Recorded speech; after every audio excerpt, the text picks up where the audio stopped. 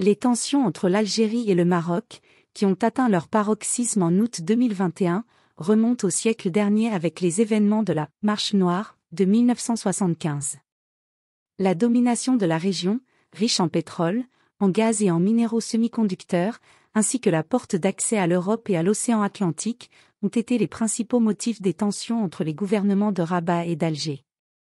À cela s'ajoute l'intervention de l'Espagne, à l'époque, avec l'abandon du Sahara occidental comme 53e province, et la position actuelle du gouvernement de Pedro Sánchez sur la reconnaissance de la souveraineté alaouite sur le Sahara occidental.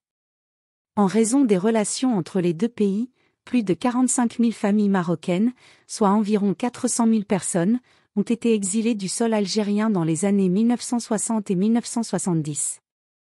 L'association Marocains victimes d'expulsion arbitraire d'Algérie demande justice et réparation à l'État algérien pour des milliers de familles affectées par le déplacement forcé dont elles ont fait l'objet de la part des autorités algériennes.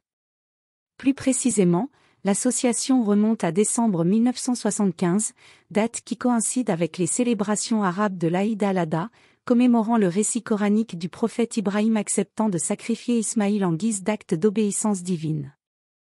Le 8 décembre 1975, le régime militaire algérien, sur ordre du colonel Boumedienne, a procédé à l'expulsion des familles marocaines vivant légalement en Algérie, qui ont été expulsées de leurs maisons sans avertissement, traitées comme des animaux et laissées en rade à la frontière. Tout ceci était la réponse de l'Algérie à la marche verte marocaine qui avait eu lieu un mois plus tôt pour récupérer le Sahara marocain alors occupé par l'Espagne. Le régime d'Alger viole ainsi les liens du sang et du voisinage, de l'islam et de l'arabisme, et oublie les gestes marocains d'Oujda, qui ont servi à libérer l'Algérie de la France. La déportation est un geste disproportionné face à un acte marocain totalement pacifique, la marche verte, qui ne cherchait qu'à récupérer ce qu'il considérait comme son bien, un acte d'obsession algérienne pour le contrôle de la région. Face à cette curieuse façon dont l'Algérie remerciait le Maroc pour l'aide qu'elle lui avait apportée dans sa défense contre la France, le Maroc décida de ne pas agir de la même façon. La déportation forcée par les patrouilles de sécurité algériennes a comporté des moments d'extrême violence et des pratiques inhumaines de déportation sans leur permettre de prendre aucun de leurs biens, pas même leurs sacs. La déportation a eu lieu dans un contexte de relations tendues entre l'Algérie et le Maroc sur la question saharienne de l'époque, qui impliquait l'occupation du Sahara par l'Espagne en représailles à la marche pacifique organisée par le défunt roi marocain Hassan II sous le nom de « Marche verte ». Cette marche a abouti à la signature d'un accord tripartite entre Madrid, Rabat et Nouakchott, après que 350 000 Marocains eurent brisé la frontière des territoires alors occupés, forçant l'Espagne à s'asseoir à la table des négociations. Les Marocains expulsés attendent toujours d'être indemnisés, des décennies après cet événement traumatisant, et ont formé l'association Marocains victimes d'expulsion arbitraire d'Algérie pour lutter pour la restitution de leurs droits perdus. En 2015, l'Assemblée a pris la décision de déposer une plainte auprès de la Cour internationale de justice de La Haye, Pays-Bas, pour l'examen de leur affaire contre l'État algérien, mais 8 ans plus tard, cette affaire n'est toujours pas résolue. L'Assemblée réaffirme la nécessité de prendre des mesures décisives pour faire face à la crise migratoire et invite le gouvernement marocain à accorder à cette question la priorité qu'elle mérite.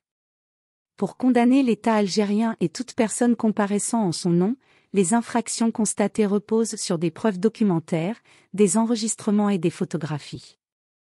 Toutefois, la loi garantit que toutes les personnes concernées et les familles des victimes seront traduites devant les juridictions pénales nationales et internationales afin de défendre leurs revendications. Dans un communiqué de l'association Marocains victimes d'expulsion arbitraire d'Algérie, il est indiqué que l'expulsion forcée et généralisée de 45 000 familles marocaines, soit jusqu'à 400 000 citoyens qui avaient une résidence légale sur le territoire algérien et qui ont également été privés de tous leurs biens, est un acte criminel relevant de la catégorie des crimes internationaux car elle a violé de manière flagrante le droit international humanitaire, le droit du travail, les lois du pays d'accueil, les accords entre les deux pays, et constitue même une violation incontestable de la Convention des Nations Unies relative aux droits de l'enfant. Rien n'est fortuit et l'association Marocains victimes d'expulsion arbitraire d'Algérie a profité du mandat d'arrêt contre Vladimir Poutine pour la déportation d'enfants ukrainiens, qualifiés de crimes de guerre, pour appeler l'exécutif marocain à adopter un dossier et à défendre les centaines de membres des familles qui ont subi les déportations et ceux qui ont subi les mêmes crimes par rapport aux milliers d'enfants marocains déplacés lors de la « Marche noire ».